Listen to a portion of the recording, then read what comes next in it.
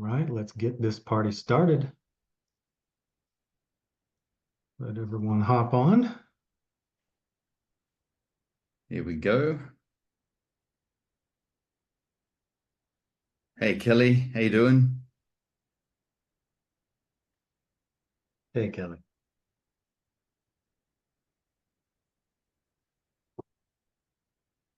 All right. What Tuesday?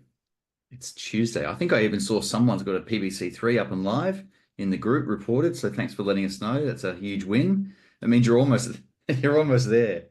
Oh, that's great. That's great. Do you know what stood out to me yesterday, Chris, was the number of people who again were like, I just threw this one in and it's like doing really well compared to I would never have tested this combination before. Just Never never gets old. never get told. It's just Happens every time. Yeah. So letting everyone pile on. We're gonna be getting started here in a moment. And Nick's gonna pop in there and answer some questions from what people posted in the group. And I'm actually gonna give you guys a little bit of training today, short walkthroughs on the whiteboard on a few things. If you've ever wondered what people mean when they say add liquidity, you're going to find out today.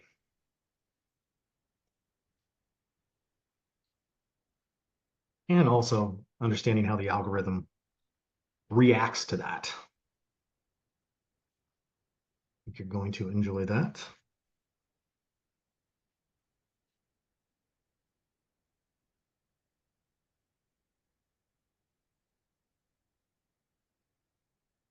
Any questions in there?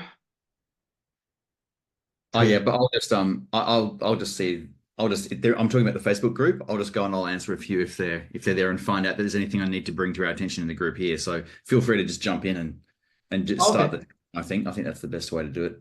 All right. Sounds good. Okay. So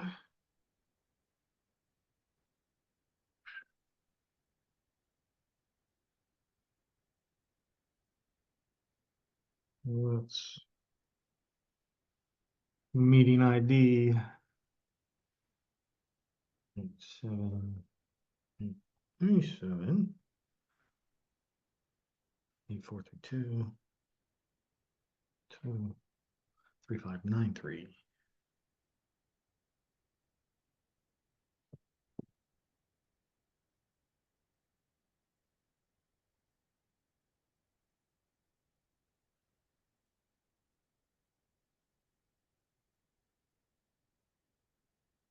Okay. And we are going to get into reviews. Anna, wonder I posted my PBCs. Yep. We didn't get a chance to get PBCs reviewed this morning too much, but we'll be doing that right after this training. So here we go.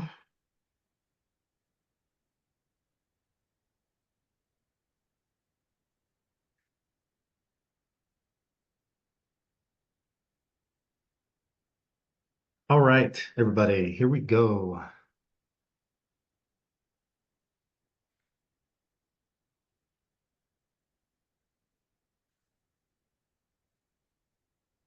So usually our standard answer, Anna, is um, you're not going to do it over. Like, remember, this is the first one, but you've got to go through it. Even if you've done it wrong, go through the entire process because there's important things to learn.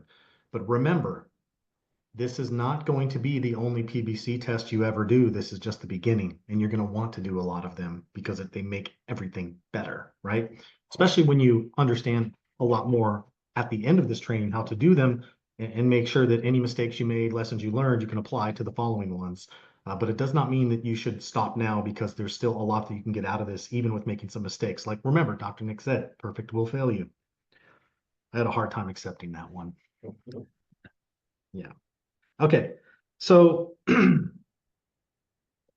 I want to draw out something that will make sense to most of you once it's drawn out and understood. But oftentimes, this is going to answer why some of you are wondering why your CPMs are so high and how you're going to get them down. And to know that for the future, even after PPC tests that you do for your regular ads and the rest of the phases you do to scale your ads up. Because this is something to understand, because once you understand how liquidity works in the bidding system, then you start to know how to do this without wasting so much and inadvertently causing extra higher costs, right? So, okay, I'm gonna wait. I'm not even gonna look at those questions. They get me off track. I'm Xing out of that. I'll wait till afterwards. I'm Yeah. learning my lesson. Everyone starts asking these questions that are not necessarily relevant to the topic at hand, and it gets me off track too much. So, all right, let's see here. And what we're gonna do is, so I want you to consider each of these people, okay? Each of these circles that you have inside of here is a person, and it's also an auction, right? Every circle is an auction, which means you have multiple people bidding for that auction to get that impression. And there's hundreds of millions of these every single day. Every single impression is a quick micro auction. Now, for those of you who have um, been through my 5D, five-dimensional ad course, what you've got to remember and keep in mind is the auction formula that Facebook tells us how they calculate this, right? So as a real quick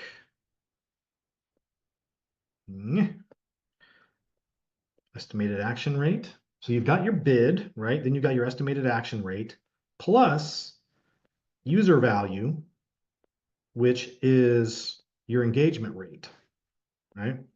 So the engagement rate is just the engagement, right? It's a comments, like, shares, how many people click CTR all. It's essentially much more reflective of what your CTR all is, pretty much for the most part equals what your user value will be. Actually, you know what? I'm off on that. It's not user value. It's user value is the estimated action rate, isn't it? The other one is the engagement score. So whatever that's called off the top of my head. Yeah, I think it's user value. Okay. User value, which essentially is engagement. So what's the estimated action rate? That's the conversion rate, right? So what happens, of course I do that. Conversion rate. All right. And then that is what your actual auction score is, because your bid is the money, right? The auction score is what you're actually entering these auctions with, okay? So as we know, estimated action rate, that is basically your conversion rate. Once they click the link and they go take the action that you are optimizing for, which is, if you're optimizing for book a call, then the conversion rate is based on booking a call, right? Or, schedule a call, schedule appointment. Or if it's purchase, it's the conversion rate is based off how many purchases. So you are bidding apples to apples when it comes to a particular auction. You're going to go up against somebody who's also optimizing for purchase or optimizing for lead, right? Or schedule appointment. You're going to essentially bid with your auction score here into an auction that basically says, yeah, this is a purchase one, and they're more likely to look at Facebook in about 20 minutes, and they usually open up their phone around this time or that time, and it doesn't matter the next time they actually show up, that they show online, your ad is in the queue if you win that auction. It's essentially how that works. And so what you're not bidding with money. This is why people get intimidated by large budget corporations, because they think they're just going to get outbid and they're not going to get any real traffic. And the reality is, no matter how small you are, it doesn't matter the bid. It's actually your conversion rate and the engagement rate that factor in. These three things factor in and equal this auction score. So if you have high conversion rates, what happens is your auction score goes up and you have a higher score to bid with. This is how you beat the big guys. This is the David versus Goliath type analogy that I talk about, right? So this is why a smaller company or a one mom and pop shop or someone who's a solopreneur can go right up against head to head with big companies, is because if they get better scores in their ads, it doesn't matter how big they are or how many auctions, because it's literally on a per auction basis. And every auction is one impression. So if you have higher engagement rates and higher conversion rates, which make your auction score go really high, when you go in one of these auctions up against a larger company, it doesn't matter because their score is lower. So they're not outbidding you. You're outbidding them, but you're bidding with your result. You're bidding with your performance score, which is that auction score. So this is the difference why we look to make sure that your engagement rate is very high by using formulas and elements that create context, that allow people to engage at a higher rate, and at the same time doing it to where there's not so much resistance. Because when your ad looks like an ad, which ours we teach you to not look like an ad, when an ad looks like an ad, less people engage.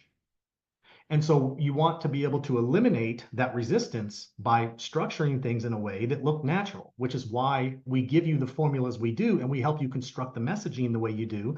Because I don't care who you talk to, if you have a copywriter that thinks power words and superlatives are the strongest part of their copy, they're amateurs. They don't know what they're doing, right? They've learned some surface level stuff, and that's it. They don't realize that the thing that makes a statement strong is the context that it sets. How do we set that context? Through your elements, right? That's why my 5-dimensional ad course that most of you have are always saying we want 4 to 5 elements in the headline. That's the ideal because it sets so much more context. Okay. Now, so let's move on from that. All right. So here's the thing that happens. Let's say you've got, why is it that your CPMs go up so much? Okay, so let's say your performance score, let's just, on 0 to 100, let's just say it's a 70, right? Pretty decent, could be better, but and that's just arbitrary. That's not the way it works. But as example sake here to understand, let's say your auction score of 70 works well, which means you're bidding like 15 cents per impression, right?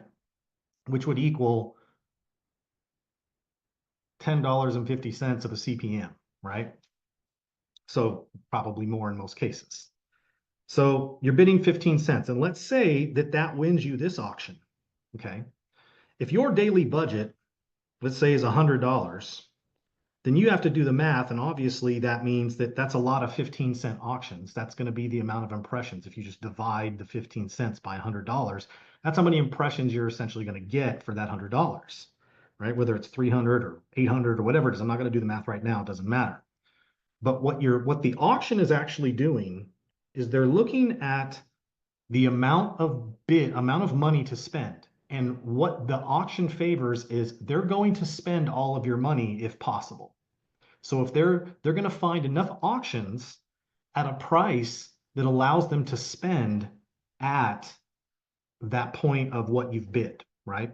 So they're going to say, all right, we've got, let's just say, because I'm not doing the math, there's 50 auctions to 50 auctions to enter within an hour. Okay. But at that 15 cents, there's only 30. Let's just say 30 auctions that you can win at 15 cents, which means that's leaving you 20 left over. So what does that mean? What does that really mean? 50 impressions, right? 50 auctions. And auctions and impressions are, once again, they're interchangeable. They're the same thing. 50 auctions. Let's say you're bidding about 15 cents based on what your daily budget is. And in that 1 hour, the algorithm is saying it sees 30 auctions, it sees 30 of these auctions, right? That it can enter for 15 cents and win with that 70 score, right? And so what happens is if there's how many is left over, right? There's 20 left over.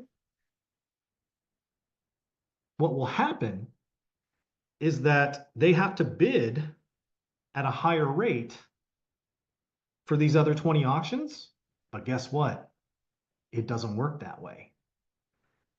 Because if it did, we could just say, okay, bid, 30 of these at 15 cents. And instead there's 20 of them and bid 20 cents per auction. And that'll get you there, right? That'll get you those other 20 impressions. That's pretty expensive. But what Facebook does is in the learning mode, they will do a little bit of that. They will have a range like that while they're learning because they're bidding different amounts in different clusters to see who responds. In learning mode, it's a little bit more flexible. But here's what happens long term. Instead of doing 15 cents here and then 20 cents here, what it does long term is that it needs to have one bid for all 50. So instead of you being able to bid at 15 cents, it basically raises all bids to 20 in this example. So that means you're going to have 50 auctions at 20 cents instead of 30 at 15 and 20 at 20 cents. So this is why when you bid aggressively with your money, your CPMs go up because they need to standardize how much they're bidding in all of these auctions. This is an indicator of CPM and the liquidity, add liquidity, okay? Add liquidity is the amount of auctions available to you at that price. Now, we don't have the exact price of the bid that Facebook determines automatically for you, but you can see what it is once you look at your CPMs and break that down to a per impression basis. So it's cost per 1,000 impressions, obviously, that might be a little less percent. That's an expensive bid, actually.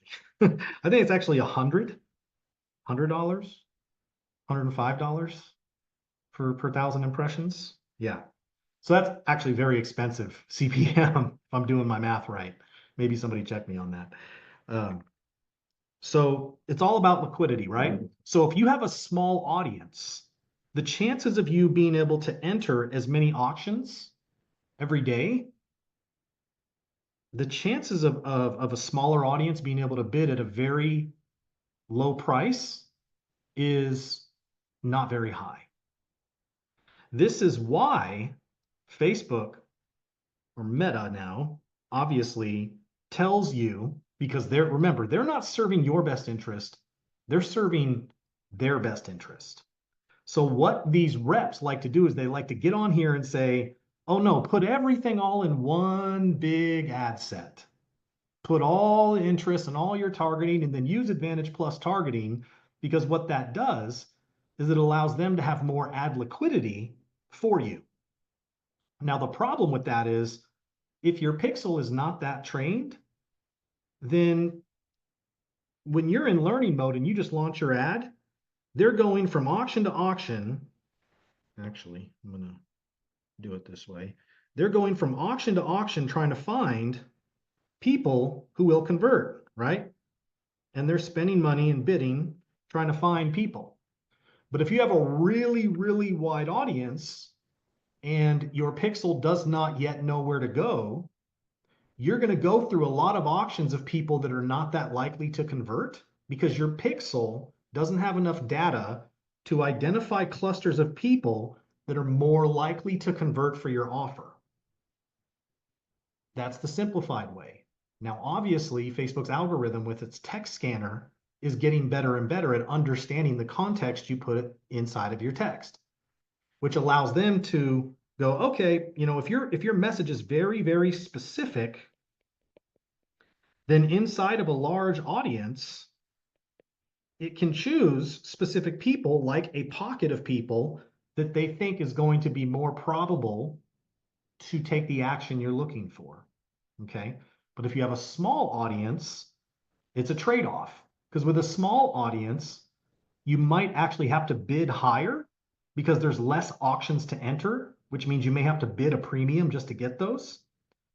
But there again, those people might convert at a higher rate because it's much more focused on one audience that has one particular affinity. I mean, like if you're generating leads, right? It's like targeting the interest of lead generation. Those people are going to be much more likely to convert than if you just let the algorithm go wide open to anybody on Facebook. And there's only a portion of people on Facebook that are interested in lead generation. If you're selling like a lead generation lead magnet or course or whatever, right?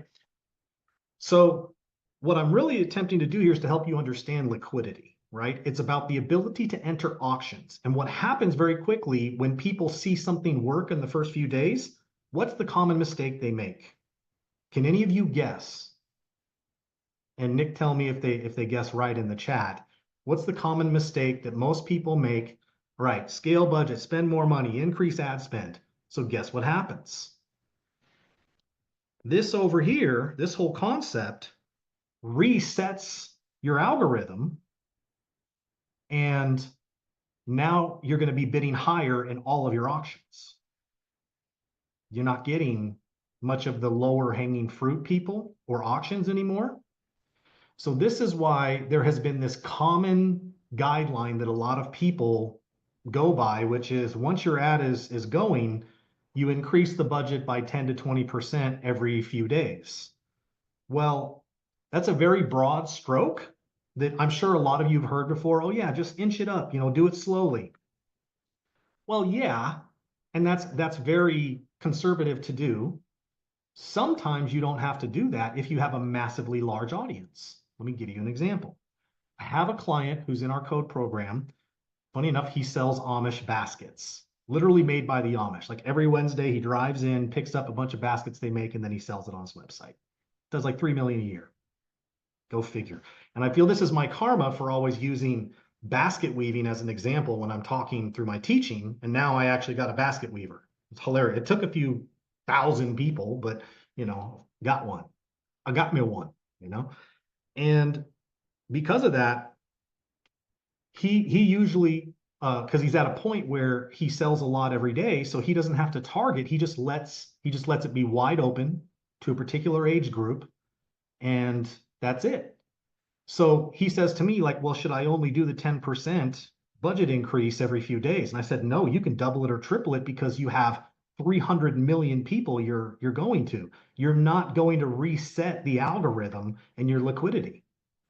Consequently, on the other hand, if you got only 5 million people, you want to think about the fact if you're doing purchase optimization, whatever that audience size is, you basically are going to hit 5 to 10% of them. So if you have an audience of 10 million, that basically means there's about 500,000 to a million that even have purchase behavior in their profile. And so the ads are only going to go to those 500,000 to a million people. After that, it'll just keep going back to the same people unless you have Advantage Plus targeting turned on. And in that case, with Advantage Plus targeting, it gets to go outside of its originally defined boundaries of the audience and find people that are similar. Now, that can be a gift and a curse. And what I mean by that is that it's a gift in the fact that you can get more liquidity automatically. However, if you're not converting well and you didn't convert well from the beginning, the problem with Advantage Plus is that it will start to cast a really wide net to people outside of your target market very quickly, and you might waste impressions. And the ad just seems sluggish. It's like, why is it not getting the kind of sales it used to the first few days? Or when I targeted like a lookalike 2% audience or a lookalike of 4%, something like that, that's much smaller and more targeted. Why is this ad so sluggish? Because Advantage Plus is designed that way. Because they care about showing your ads and liquidity versus getting you results. Remember, they have shareholders. They're there to make money. They're there to collect your money for ad spend. So this is why they launched this massive campaign to have, if any of you ever had a meta marketing pro reach out to you and say, hey, I'm taking a look at your account and I have all these optimizations to offer you. By the way, almost every single one of them, absolute horseshit. It really is them getting you to do what they want you to do so they can have you spend more money. It is not for you to get the better results. I've actually argued with them so much that I don't even pay attention to them anymore. Right? I have them call me every day because I'm attached to like so many different ad accounts. So I have meta marketing pros every day, like, hey, calling me, trying to email me. And I used to have some of these conversations, and I've literally said, like, okay, I'm going to test it your way with my client's permission because they know that it's going to waste more money. Watch. And I'm also going to do another campaign my way. And we're going to see the differences. And sure enough, anytime we've done that, the results on the way I do it and the way I'm teaching you to do it is CPMs are lower, costs are better, there's not so much wasted spend, and it works like that every time. So be very careful. Meta pros, meta marketing pros, and reps, they are not marketers. They don't understand. They're just literally telling you what they've been taught to tell you. Okay. Hey, So yeah, Chris. go ahead, Nick. Yeah. So, very recently, and without giving away any names, I was speaking to someone, the head of growth of a very large, successful company, who has just been and attended a very, very well-known conference. And at that conference, there was at least in the marketing world, a household name was giving a presentation about how to do ads, and specifically about leading with problem solution, right? And on top of that, though, this is why I'm bringing it up, for everyone listening here. Also, the way it was set up, was to test problem solution, and they also had a long form type of ad. So you could be forgiven for looking at the ad like that and going, "Oh, this person has seen epic ads and is kind of trying to emulate those ads." So I said, "Okay, give me a look and show me what's been set up." And so here's how this test was running. The image, instead of using an image, wasn't an image, it was just a colored tile with the headline replicated as text on the tile. So image, text on image. And here's the other thing. There was about 18 of these different things, all in one ad set as the initial test. Some of the ads had, listen to this, some of the ads had impressions of over 10,000 or 4,000 or something. And a lot of the ads had impressions of 800, 1,200. So a huge range. But there was not one ad that had a CTR all of more than 1%. The highest CTR all was 0.76, right? But guess what? That was the ads that had like only 800 impressions, which is still enough. Some of the ads that had the 4,000 and 5,000 impressions were like CTR alls of 0.36, 0.39. And so I'm talking recently, like as in the last couple of weeks or even more recently, taught to really smart. Anyway, my point is to illustrate in a very practical way that what Chris has just walked you all through here, that reasoning hasn't been understood and applied to what was taught to this person and how they've gone and set their whole thing up, which is destined to just completely underperform and yield no results from the outset because of the way they're doing the test, and they're obviously getting incredibly low CTR alls because of the way it's set up, not understanding how this stuff works. So I just want to emphasize again, this isn't just Chris's opinion, because as they say, all opinions are equal in the absence of data. But this is all based on data, and we just see it over and over again. So no, all opinions are, if there's data around, all opinions aren't equal. So absolutely take this on board and understand the power of what you're seeing here and how using one ad per ad set for a single variable helps you actually find out what's working in order to win the auctions. That is why it's so important for you to understand this and the value you have moving forward. That's it. That's all. I'm done over here. Essentially, you came in at perfect timing. Well, look at this. can I replace current share? I just wanted to just really quickly, Yeah, should where be is it? able to. There you go. All right. This is Mike. Just put this up in the Facebook group. You've all been experiencing this, but look at this. You've got I get excited by this all the time. This is PBC1. These are the pains he's testing. Each ad in an ad set, which is why they all had their 1,000 impressions. And we've got old eyes up here at a CTR all of 9.83, all the way down to yips and then miss easy putts down at, that it's a full percentage point lower or more. And then this lowest one, it's 5.58. This spread of CTR all is what's going to help drive the success of this. And it's just knowing how to do the test and following it exactly the way Chris has devised this to be done is what's going to then help Mike go ahead and win the auctions in the way Chris has just done. Like, it's just follow this process. It is so reliable, repeatable. You don't have to have 20 years of marketing experience and be some oracle magical person who thinks they can see into the mind of their audience and all this sort of stuff. You just have to brainstorm the pains. They don't have to be novel or unique or some kind of completely different thing. You just need to find out what works and have the market tell you through doing this testing. What a time to be alive, to be able to do this and test it this way. And other people just aren't doing it. Even the leaders in this field are not doing this. You have a competitive edge learning this stuff. So I just, Mike just said if you can post PBC2, it's even more impressive because of the CPM. It's in the group. oh, really? Yeah. I'll stop sharing for a second and see if I can find it. CPM is exceptionally high, but the frequency is still low for an audience that is 6 million. What does that tell you? CPM exceptionally high, but frequency is still low. So Dave, that's a great question.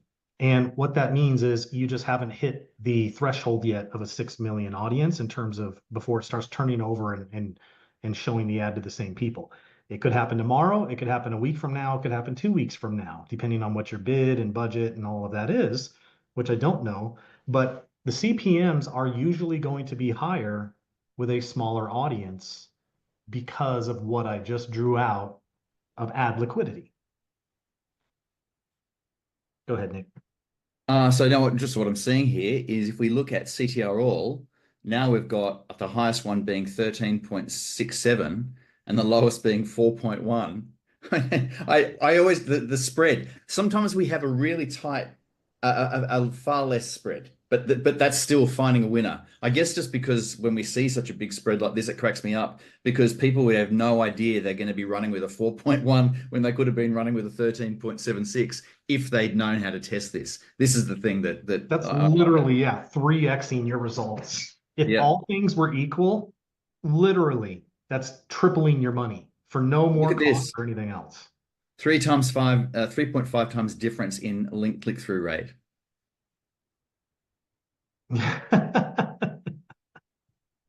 And look at here, cost per impressions are higher, but we want this is doesn't matter. Now, to be fair, this is Mike's fourth workshop, I believe, and he's Yes. learned how to write his body copy. Yeah, Mike fourth. And he's learned how to write his body copy quite well. And that's where that link click-through rate gets much higher and closer, as a ratio. Um, because for most of you, your first time, that link click-through rate is going to be on the lower side because you're not necessarily that uh, accurate in terms of the different elements in each ad that you're testing, right? So you're kind of broad and generic. Well, what Mike has learned after doing this a few times is that it's more so about not saying the wrong thing in the body copy that disqualifies people.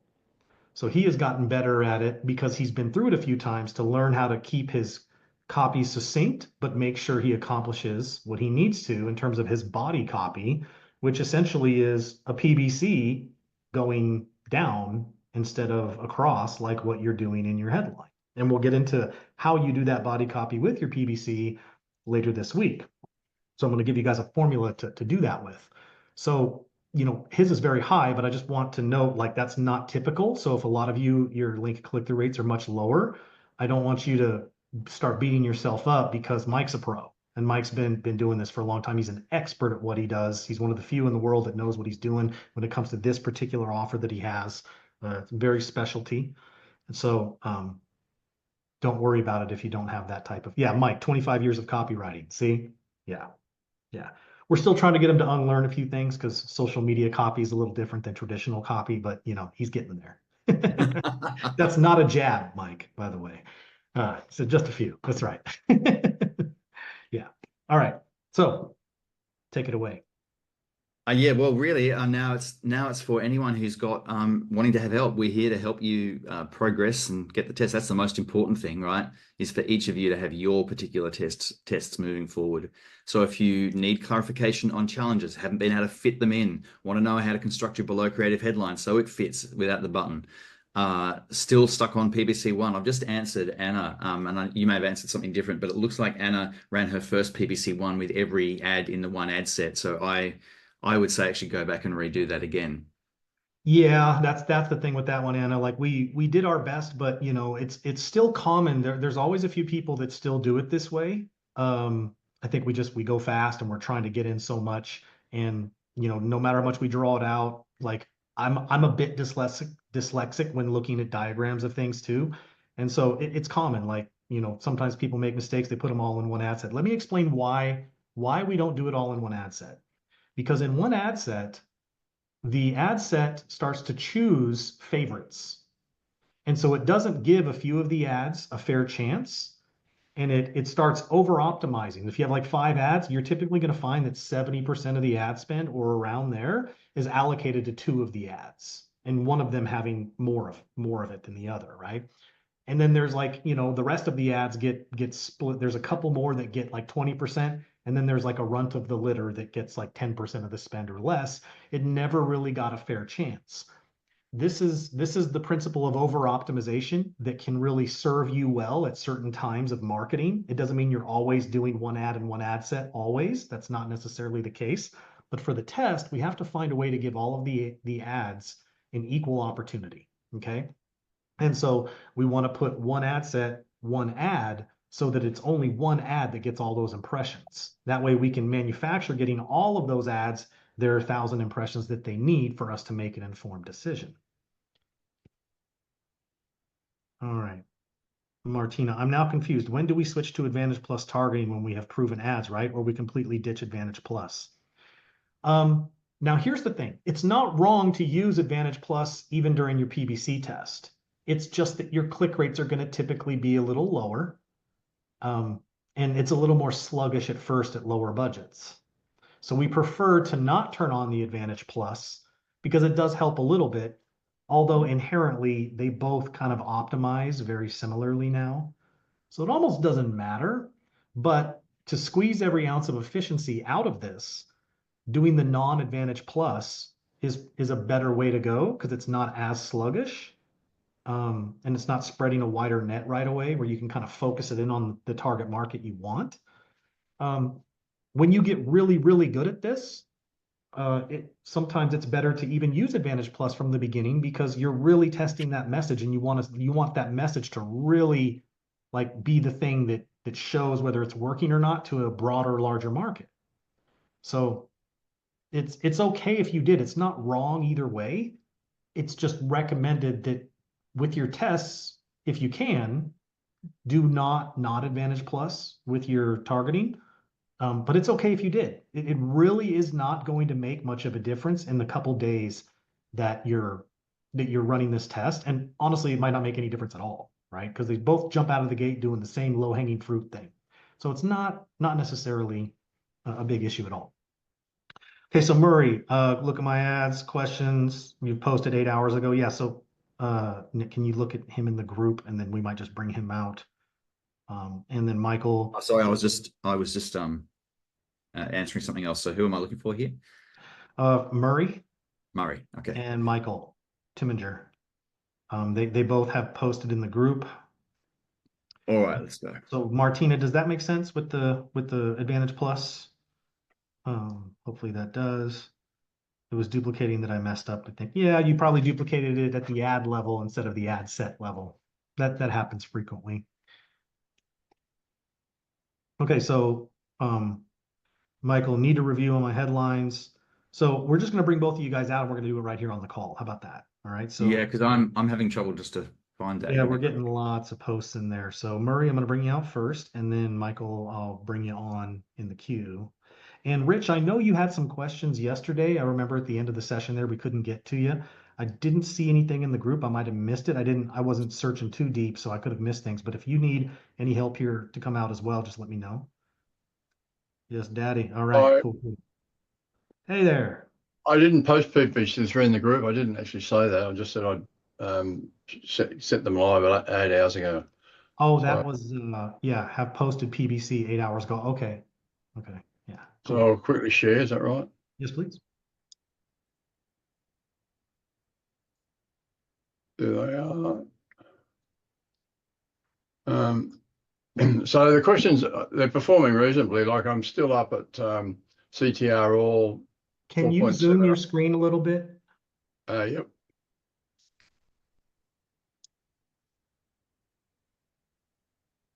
More. A little bit more, yeah.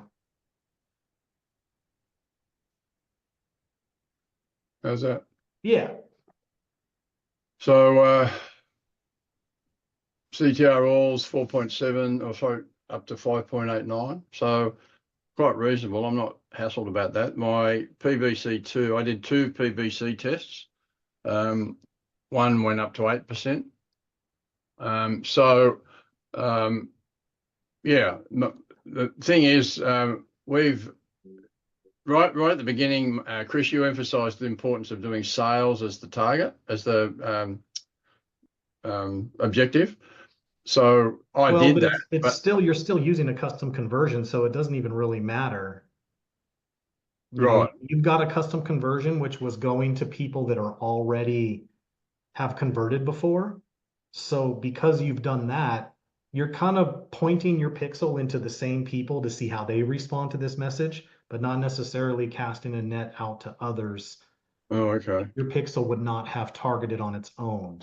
So the difference I would do in the future on another test is to probably optimize for the event of either schedule appointment or book a call, schedule appointment or purchase, maybe lead, maybe complete registration. But doing a custom conversion, it's one of those things where it's like, oh, we know who has converted, so we're only going to go to those people like that, which is a bit oh, of a okay, biased test. It's kind of like saying, okay, well, let's see how this message goes with my current audience. But PBCs are meant to help you find new audiences. yeah, yeah, yeah, Yeah, but that's okay. I mean, you're still getting better messaging to those people, and there's plenty of them. So this is still very worth it. Let's continue on with this. okay, all right, yeah. So it's got the impressions are only they're up around 700, 500. So do you mean it would be good to stop this and do it again without the custom conversion? No, no, no, no, no. Finish it through because what this is going to give you is you'll be able to have better tested messaging to your existing uh, custom Okay, conversion, which is yeah, already a defined customer for you. So this is very good because what you're doing is you're maximizing the existing type of customers. But the okay. real power of PBC for you is to be able to break out of that next time in another test and be able to find new pockets with different messaging that may not have responded before. So would you suggest I do a PVC 1, 2, and 3 to do that without the custom conversion? In the future, yes. Right, okay, Yeah, but finish this one out because this is still going to be very relevant for you with what you're doing. okay. The other question I have quickly is none of them are converting to our goal is to book appointments. I think my landing page is weak. Well, so are you It's just optimizing to a landing page, like a visitor to a landing page? yeah, it's got a video on it and a call to book a call. I Yeah, this thought is that, why. Um, so this is what you've been doing for a long time and you've been getting booked calls this way?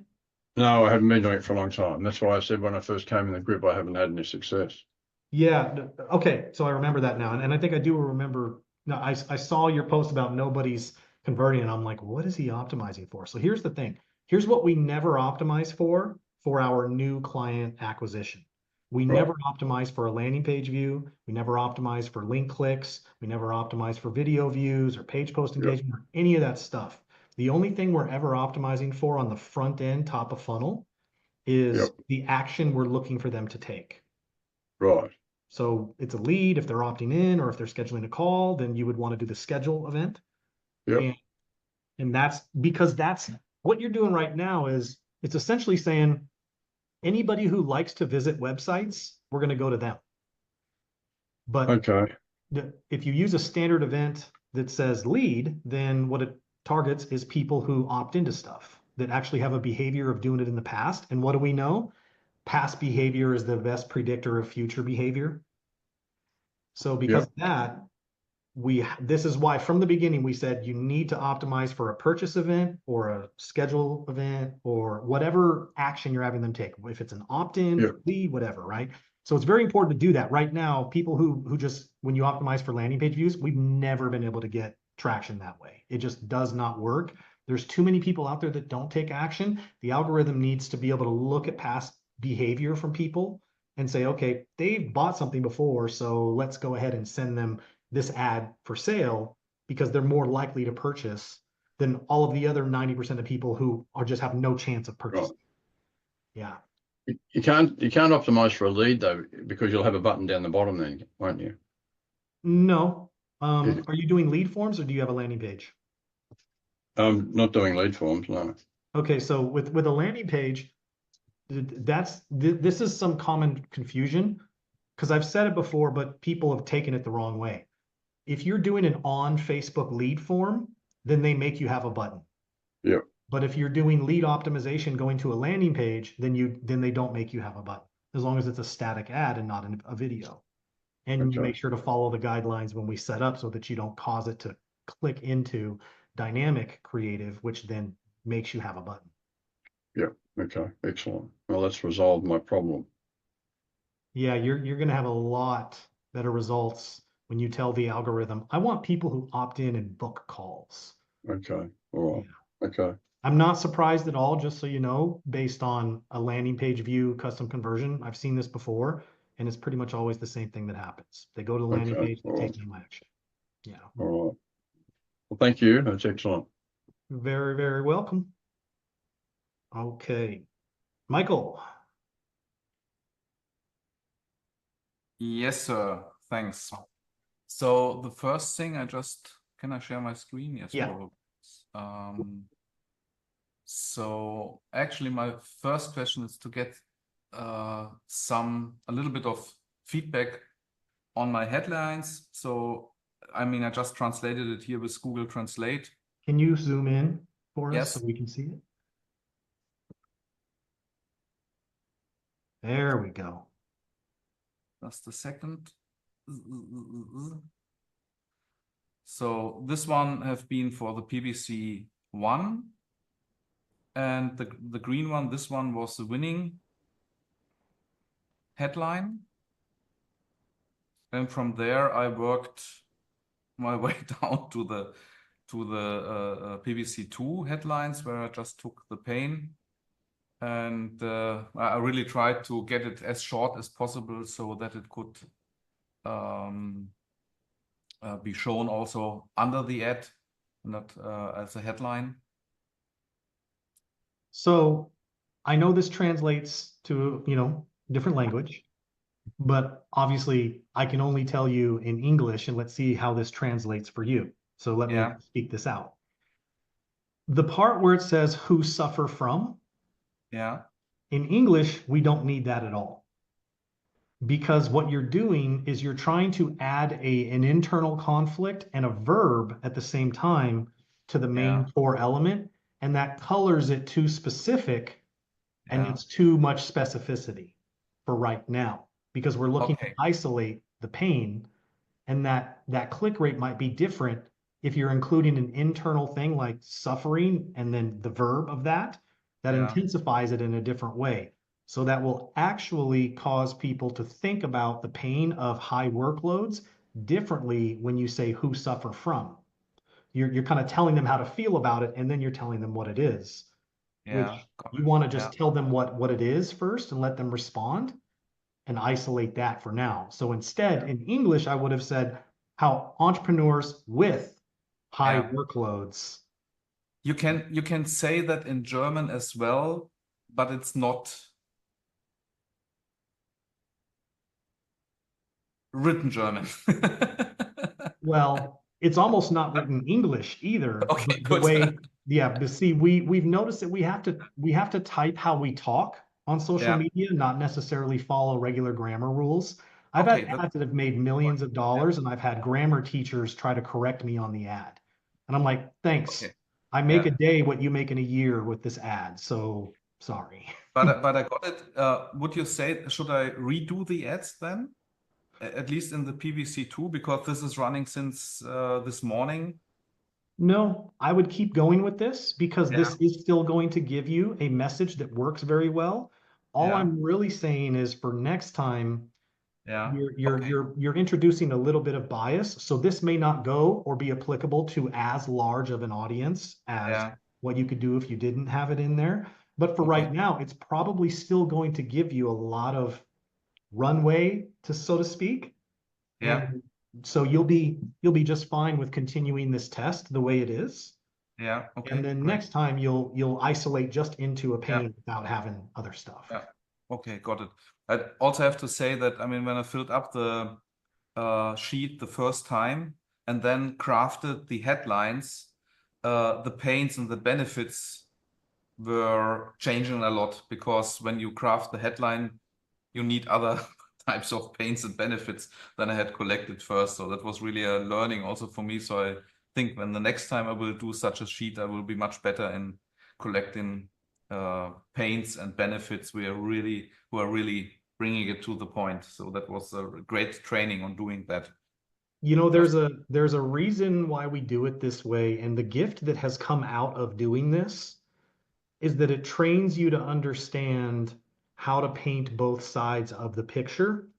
Because what often happens is in the pain section, you will do what's called negative positives, right? So you'll say low Yeah. this or Yeah. can't Yeah. have this or no this, Yeah. but it's a positive thing you're talking about.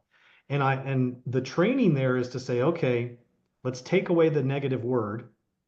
That's a positive. Let's go put that over in the benefit and let's see if we can find a way to say the negative thing in a negative way with a negative word, which is stronger that people respond Yeah. to better. Yeah. Now, Yeah. you cannot always do it because our natural language oftentimes includes a lot of negated positives. Yes. So if it's very common, something that people say very often and very common Yeah. with a negated positive, like can't sleep, right? Cannot sleep. Yeah. We get it, right? Like it's like, but you can also say lying awake at night. Yeah. Or the sleepless. Yeah. Okay. Something like that. Yeah. Yeah. Yeah, Then if I may have just a yes, second question. These absolutely. are now the ad manager, and I have a question on the PBC2. Okay, when I know what is really a little bit irritating me is that the reach of the 5 ad sets is that different. I mean, I have 121 here up to 324 here. Why is that? I mean, that's the same budget, the same audience. So this displays the power of how much decision making Yeah, the artificial intelligence and the it's already algorithm in okay. Facebook, they have a Okay. bias. So what's actually happening is they're reading the one that says benefit prioritization. And is that what that says there? It's really slow. Yeah, yeah, yeah. Priorities. Yeah. Priorities. So benefit is priorities. So it's scanning that and saying, we think there's a lot of people that will respond to that word more than the one down at the bottom that has only 121 reach. Yeah, this is a strategy. Yeah. So what will happen is Okay. obviously the benefit at the top is going to reach its 1,000 impressions earlier, and all you'll have to do is just turn it off and then let the other one catch up. It may take longer, Yeah. and that's just what happens sometimes. Okay. What's interesting is if you look at your CPMs for that, it is 3 Yeah. times higher than the average, the one at the bottom. Yeah. Now Yeah. that will go down as you get more impressions, but what Yeah. it's saying is, well, whatever that word is down there, obviously I can't even read that. Strategy. This What is it? one. Energy? Strategy. Strategy. Okay. Sorry. How many letters for strategy? My goodness. No, Mike. it's business strategy. The Okay, first business business strategy. strategy. So Okay. What's going on there is there's either two things going on. It doesn't think there's a lot of people who would respond to the word business strategy, yeah. or it knows that there's a pocket of them that are, but they usually convert very well. And so they cost more to bid for that auction, for that impression. Okay. Ah. So okay. don't worry about it being a really high CPM. That's what most people in traditional marketing get afraid of. And I'm like, no, that might actually indicate you have something here. You just got to give it a little more time to let it play out. Okay. Yeah. And can you imagine if these ads were all in the one ad set? Ad wouldn't work. That's pretty. You can see why you'd go, oh, Facebook's chosen the best performing one. No. Absolutely, yeah. Yeah. And my last question here, if I may, is goes a little bit into the same direction because what I also found interesting that is here I don't have with this one, which is again the business strategy. I don't have any CTR, nothing. Yeah, nobody has clicked on it yet. Yeah, but that is because of the lower reach. So yeah. Usually But- what I like to see Yeah. is that if an ad doesn't get a click within 150 to 200 impressions, that Yeah. usually tells me it's not going to be a winner. Okay. But I'll let it play out for a few more just to see if it was getting it started, because sometimes they'll start slow, and there have been ones that started slow like that Yeah. and then finished really good. Okay. So sometimes it just has to play itself out. Yeah. I would just let run the whole stuff until they have reached 1,000, just to learn a little bit more about that. I think that helps. Yes, as well. absolutely. I agree. Perfect. Thanks a lot. That was You're big very help. welcome. Good job. I mean, yeah, you're right on track. Thanks. Good to hear. Right. Okay. I'm gonna mute you out, and then Rich, I tried to bring you out, but I think I might have. There's two of you in there. RD, I'm actually good. Okay. RD, tell me your name again. I'm drawing a blank on which one was that. Is that that's not Rich Lemondale? You're here. Okay, Ricky D. Okay, Ricky, I got you, bud. Okay, yep.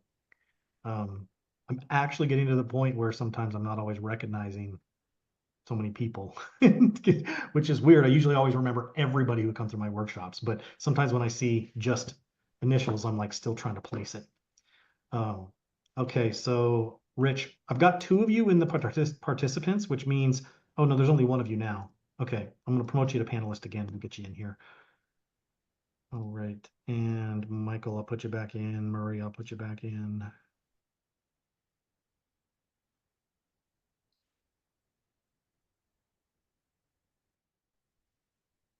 Hey, can you hear me? There's my guy. Yeah, sorry. When I do the unpaid Uber driving, I switch from the desk to the phone. I love the way you say that. I I'm take paid my for fares. I take my clients. All right, so I have my PBC2 running. I don't really know. I guess if we could have a look at it, that would be cool. Absolutely. So I don't really know. I mean, I think I set this up right? I did all the ones in one, and then I got my winner, which was marketing paralysis. And then this is two. Yeah. Optimize spending, confident decisions, increase growth, consistent So sales. go ahead and select that top one that says optimize spending, and then click the preview button there in the menu above, kind of like right above ad set name. Just keep scrolling over a little bit more, a little right up there. Okay, right above to the left a little bit, they'll have the button that says preview to the left. It says view setup rules and then preview. This Just little to the left of toggle. where you're at now. Oh, preview, duh, okay. That's all right. There you go. All right. Business owners go from marketing paralysis to optimized spending. Perfecto. Oh, great, You great. got I it. always think I'm doing something wrong, so this is good. I mean, I grew up thinking I was doing stuff wrong every day anyway, You and me Yeah. both, brother. All right, cool. So then this is good. So we're sort of, this is normal where we're supposed to be? Yeah. And go ahead and X out of that and then click the today and use maximum on the today calendar. Yeah, click maximum there. I want to see if there were any impressions from yesterday at all, or did you just start this today? Okay, Thank you. next thing is, you know where your columns are? Go ahead and click on the column. Yeah, click on performance and clicks. Yeah. Okay. Now scroll over a bit. I see the reach is a little bit more. That's good. Scroll over to the right a bit more. We're going to look at those. I just want to look at the rest of those. Keep scrolling over. Keep scrolling over. Okay, we got CPMs at a decent amount, especially for this niche is pretty good. Link click-through rates are about as expected. CTR alls. Look at that, 4.09 on the optimized spending. Definitely leading out of the gate here with So I just have a a few impressions. question for you. The link clicks are uh, like, They're clicking the button or the link to your website. I didn't put the button like you said. That's fine. So that means they're basically going under and clicking the below creative headline piece that's clickable. Okay, so that's how they're getting there. Because one of my questions was I did not put the link to the landing page in the body copy at all. But somehow there's something that they're finding that they're clicking. Yeah. All Well, right, cool. and for the future, I would definitely put the link in the body copy as well. Yeah, I that's all mean, right. let me ask you this. Do you like money? Yeah, Okay. That's we'll get there. We'll it's, get there. it's a bit of a rhetorical, Get there. All but right, that's it's fine. not crucial, I mean, people will still go and click the below creative headline, but I find it's a little more efficient with having them read the body copy. Yeah, cool. Um, so what's funny is that obviously I see my own ads and then I see like, aunts, uncles, cousins, friends, they like it, they share it. I mean, I think they think they're helping me. I don't know if that matters for our test, but I don't want to, I don't know. I don't know. So what I'm going to do tomorrow is I'm going to give you all a formula to be able to look at the real true engagement without all those likes, shares, comments, and reactions.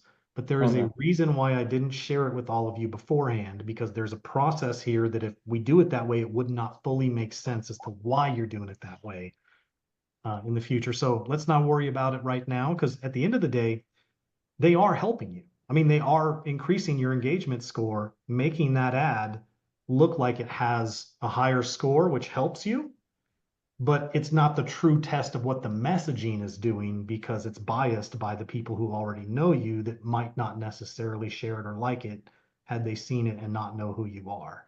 Got But it. that's Got okay it. for now. And when you get enough impressions, that amount of reactions, comments, shares, and things like that becomes such a small percentage, it doesn't matter. Yeah, cool. You had mentioned if there was one ad from PVC one that we wanted to keep running. I don't think I did. Let me shut the Oh, it's door. not crucial if you didn't. No, I was just asking if I did have one that was running and doing well and I decided to keep it and run it with this, that's okay. Yeah, And it just you just let runs. it run. I mean, yeah, just basically let it run. Okay, and Turn it then off when it dies.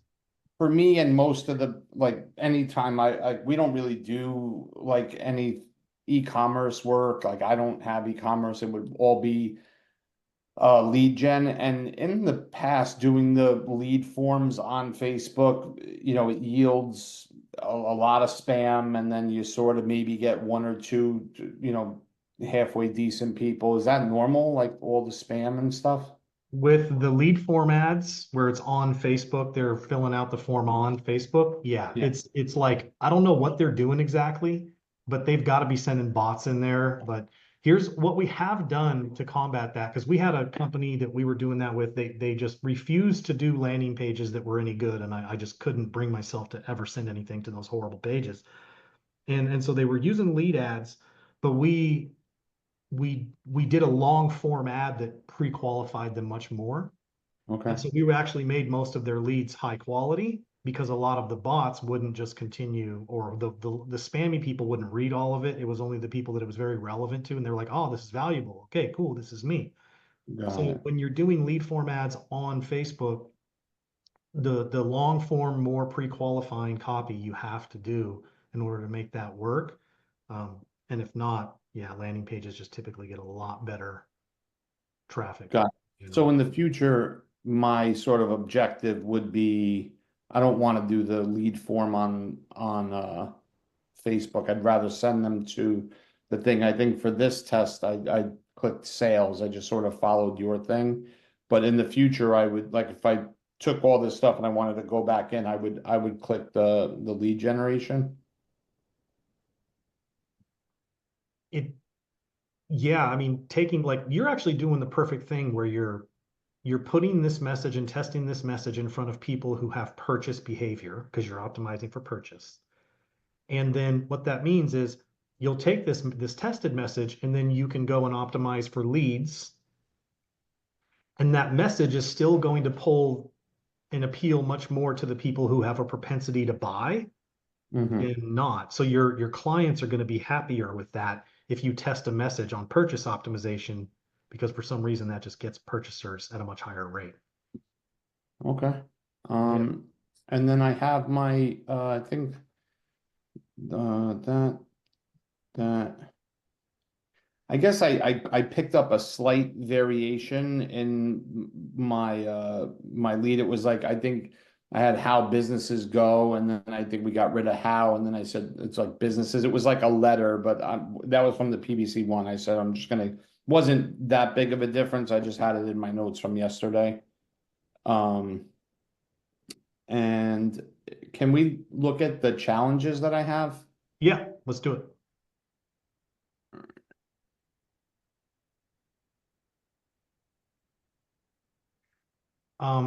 And Neil, I will address that question here after Rich. There is something there from, and it does correlate, but I can unpack that a little bit for you, Neil. So yeah, that's the winner, and now I have these running, and then I'll take the winner. And now I'm not clear on, is there like a framework for the third one?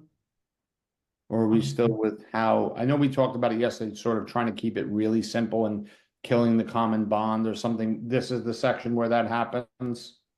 Yeah, so for one, if you can keep everything, you do if they all fit, but rarely in your below creative headline will they all fit, because there's a lot less letters. So if we were to say this was going to be the winner for shits and gigs, and like, fine, like whatever, this would be the start of it. yeah, you would say, so from marketing paralysis to optimize spending without challenge. So the without goes in here. Yeah, and that's the most common one. Sometimes it's better to use, despite challenge. Sometimes it's even if challenge, depending on what just phonetically makes sense. I mean, we speak English, so we can know that the moment we do it. So those are usually your three transition words into a challenge. And there could be others. Those are just the common ones. And I like those because they're less letters than a lot of other words. So fear of failure is kind of that's probably got to work through some of these. I get it. You see, fear of failure is what causes marketing paralysis. So I would say fear of failure is much more of a root cause than anything else. But it's not necessarily, think about the challenge is usually one of two things. One, it's the problem with other solutions.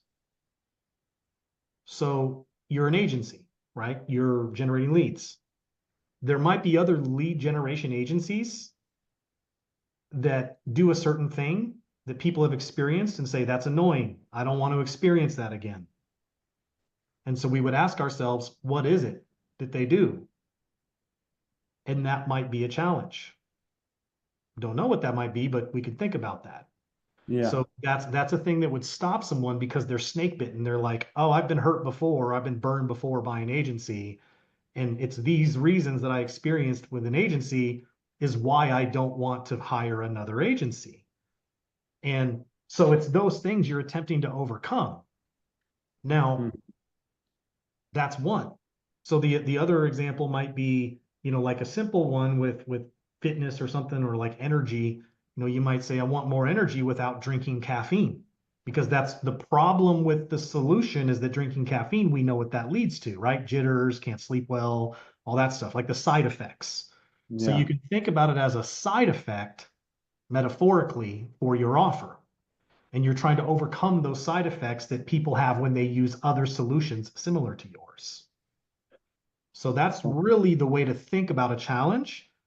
And then if there's none of that happening, if you can't define, the problems with other solutions, which you should be able to define a couple, usually, then, and it's typically the things you'll hear when you talk to a new prospective client, they're like, I've dealt with someone before, we didn't like this about it. And you're like, that thing. Okay, cool.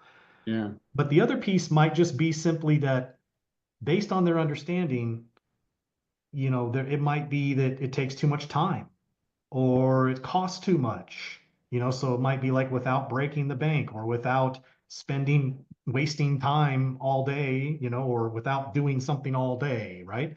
So there can be random things that are just a constraint that slow people down. That's more of an objection that says, I I don't have the time for this. I don't have the money for this. I don't have this particular bandwidth. So there's things that will slow someone down from taking action because it's too much of a lift for them to do. And so those are some of the things, like with agencies, it's like without wasting your ad spend, right? And they're like, yeah, I don't like when agencies just, carelessly waste my ad spend. I feel like they're being careless with my ad spend because it's not their money. They're just spending it, right? So you could have a challenge around, without uh, another, like careless ad spending, careless budget allocation. You can do something around that, right? I'm not fleshing it out too well, but you get the No, that's idea. fine, yeah.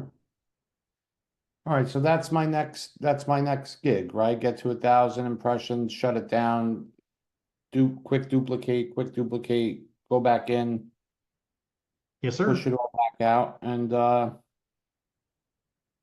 right, cool. Yeah, thank you. You got it, my man.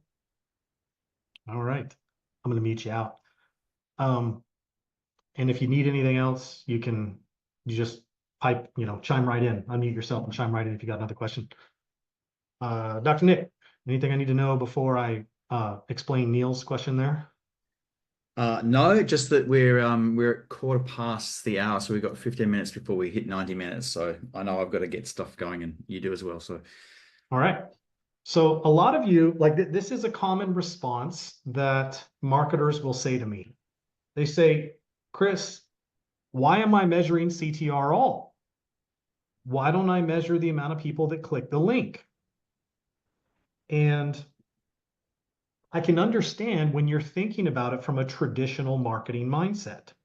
So let's explore the difference between the ads we do and the ads that most traditional marketing does. Because keep in mind, social media advertising and social media networks is a relatively new thing in terms of how long marketing has been around. So what we have found is that you have these tried and true older traditional marketing methods that people try to apply to social media and they don't really fit. It's like fitting a square peg into a round hole. Because the traditional mindset is, let me use some type of curiosity-based hook and to get them to click as early as possible because I want to get them over onto my landing page in my funnel. And they want to get the cheapest cost per click so that they can keep their costs down. But the problem with that, with the way that Meta and many other social networks have set up in their algorithms, is that when you do a cheap click, that person is not that qualified, and so they don't convert at a very high rate. And because of that, your ad performance auction score goes down because your conversion rate is low. And so I reasoned to myself that if I pre-qualify somebody by getting them to click see more first, and I qualify them for my offer better, even going as far as telling them the price of my offer in my ad before they click, which sounds crazy to some people and blasphemous to others. But I found that the people who knew that price, they converted at such a higher rate because they already knew the price. And so they just needed to go and click over. They were already considering it. They were like, okay, that price would be acceptable to me if this is in fact what I think it is. And so we just had so many more people convert at a much higher rate. And we were able to filter out the people that were not our best customers, that were not pre-qualified for our offer. And so the difference in mindset is instead of trying to use curiosity and hype to get a cheap click, which lowers your conversion rates and engagement scores, and then your ad doesn't win auctions and it burns out, which is why everyone's like, you need to refresh your creative, refresh your creative, refresh your creative all the time. No, you friggin' don't. That's ridiculous. The reason why you're having to refresh your creative is because your ad's burning out because it's losing in the auctions because you have low engagement rates and low conversion rates. So now, Neil, to your point about, is there really a correlation between CTR all and conversions? We have found that about 80 to 90% of the time, and I don't have a specific, cited case study of that, but I mean, I've seen it hundreds of times where in almost every case, and that's why I'm guesstimating 80 to 90% of the time, the string that people click on at the highest rate is the first step in them saying, I want to know more about that. And so 80 to 90% of the time, the one that has the highest CTR all turns out to be the highest converting string, the highest PBC set, if we do the body copy right and make it congruent with what our elements are in our headline. So does it happen every single time without fail? No, it does not. But what this does, here's where we have found that other 10 to 15, to 20%, is that we may go and find pain number 2 and then do a benefit test and then a challenge test, the number 2 second place winner of our pain test, right? We'll finish out another PBC test from a partial one from our first pain test. And there's times where that offer, that PBC string performs just a little bit better and gets a little bit of a better conversion rate. Okay, we compare that to, we're humans, right? There's some variability there, and there's some variability in the way the auction and the algorithm chooses to show impressions to people. We can't control that. But what we do know that if we follow this process, 80 to 90% of the time, the highest CTR all turns into the best converting message. Then 10 to 20% of the time, the second place string, sometimes maybe the third place winner of the pain and a new PBC works the best. Oftentimes we find that even the first place winner and the second place benefit, and that challenge string does the best. But what it allows us to do is be very, very efficient in finding. So it's not so much about hitting a home run on the first PBC test. It's about doing a PBC test that now allows you to do more PBC tests or finish out an existing partial PBC test that then helps you find different PBCs. And that's how we scale out to more audiences. And that's going to give you the most efficient spend because the messages you're testing in combination are already showing from the data more likely to convert. So if your second or third test becomes the best converting one, that's happened before, but you're still dealing with the highest probability converting elements instead of just throwing everything against the wall to see how it sticks. So does that make sense, Neil? And does that make sense to everybody also? Yeah. Okay, let's see. Can you run 2 completely separate PBCs at the same time if they're in a separate campaign, or will that muddy the signal? Dave, it actually depends on the audience you're targeting.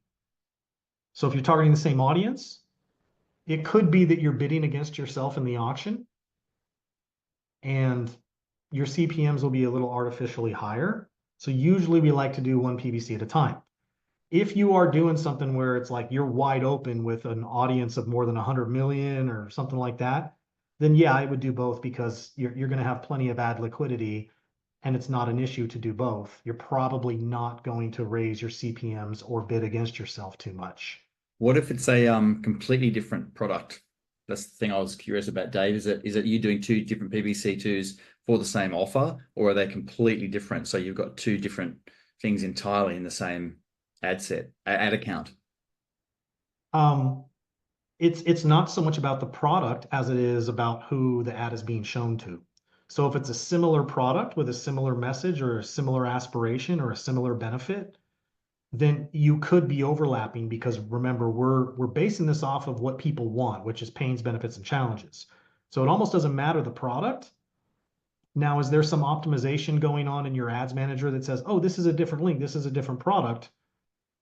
More than likely, that'll actually cause them to show it to both. Because they think that, one product suite people are more likely to buy more of from the same company offering a suite of products. And so I usually wouldn't test two different ones at the same time because there is more of a propensity for those to overlap as well.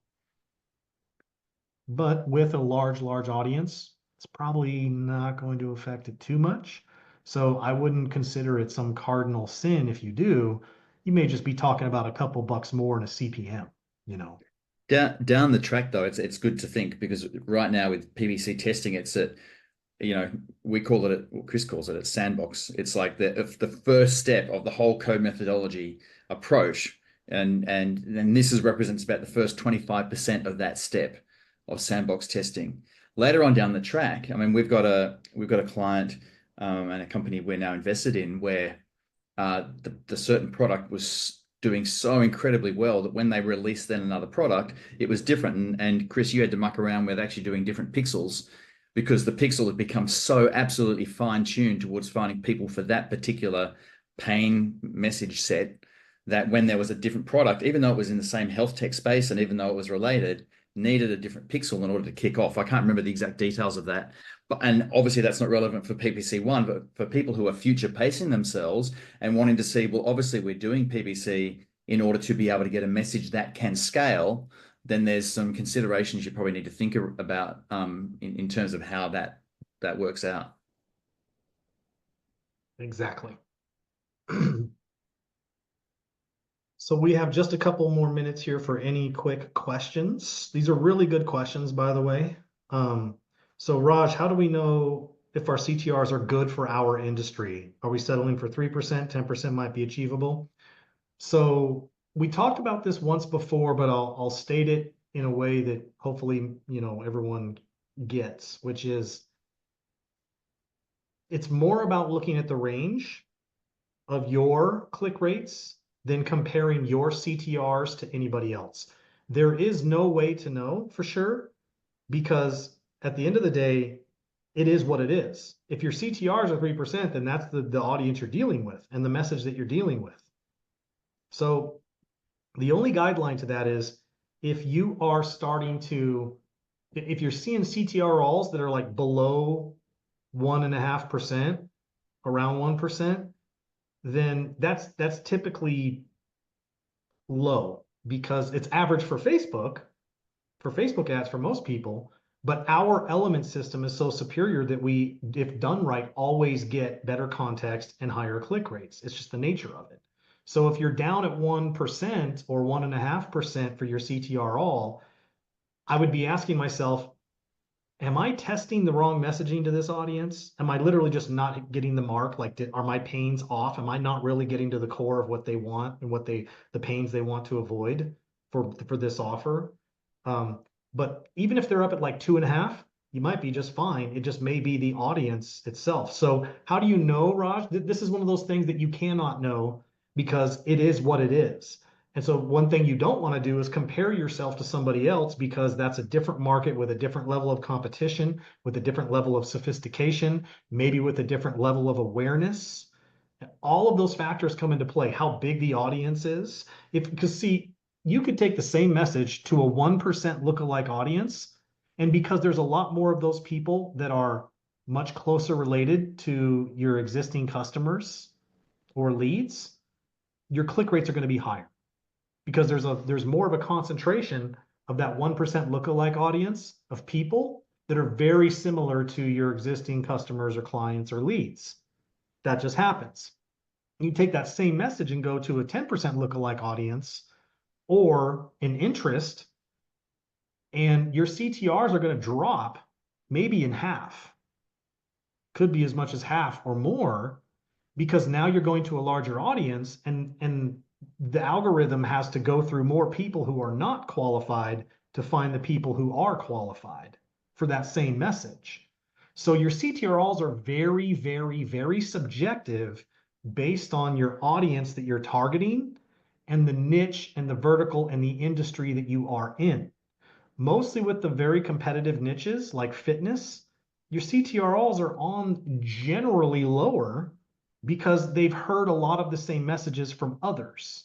Now, we do really well with fitness offers because we know how to make it look not like every other ad out there that says lose this many pounds in these many days or all that BS. So you've got an advantage with just the elements themselves here, rather than trying to use hype or superlatives or what copywriters call power words, which only help a little bit, but they're not the main thing, right? That's when you want to punch up a message, power words help. But oftentimes there's lots of click data that show those so-called power words that copywriters use actually lower click rates. There's actually been studies done on that. And why does it lower click rates? Because people have seen it so much, they're immune to it. They've seen it so many times, it doesn't affect them again. These elements help you construct a message in a way that does not look like everybody else. And for that reason alone, it's superior. You have a better chance of people actually clicking on it. So the good news about how this works is once you get these things, you'll be able to project this out and go, okay, if this is the message that's working the best, let me go and modify my landing page to match, right? And we're going to go over some of that later this week on how to address more of your landing page, and how to do that so that you have an ecosystem that converts at a higher rate. Martine, after you finish PPC session, do you switch to Advantage Plus placements or prefer running with only Facebook feed as the other feeds like Instagram have very little space for copy? I'm going to get into that later this week. I have a training we're going to do, I believe, on Thursday for doing all of that. So not to worry. We'll get there. All right, we are there. So that is it for today. And we will be back same time tomorrow. And we'll continue on. We'll have some more training for you. And as always, if you have questions, post them in the group. And either myself, Dr. Nick, or Lauren or Daniel will get to you. Okay? All right, guys. We are out. Great. See ya. Bye-bye.